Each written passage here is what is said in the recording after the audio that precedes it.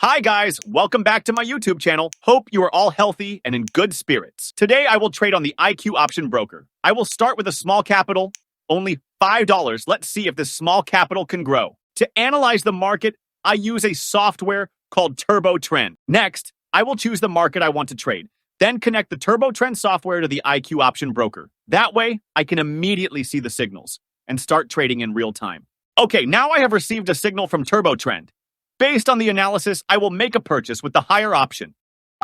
Okay, guys, if you are interested in this software, please check the video description section. I have provided a link there, and you can directly connect with us for more information. Okay, now let's talk more about the purchase I just made. We'll see together the reasoning behind this decision and how the price moved after I entered the position. As we can see together here, out of the total 26 indicators used by this software, there are 10 indicators that are currently giving buy signals. This is one of the reasons why this tool is giving a buy signal. This tool uses a total of 26 indicators that have been set with different configurations. The goal is to provide more accurate signals, so the result will be something like this. Okay, now I will move on to the next trade. I will trade all my capital in every transaction. However, you need to remember, this is my personal strategy, and you don't need to copy it without considering the risks.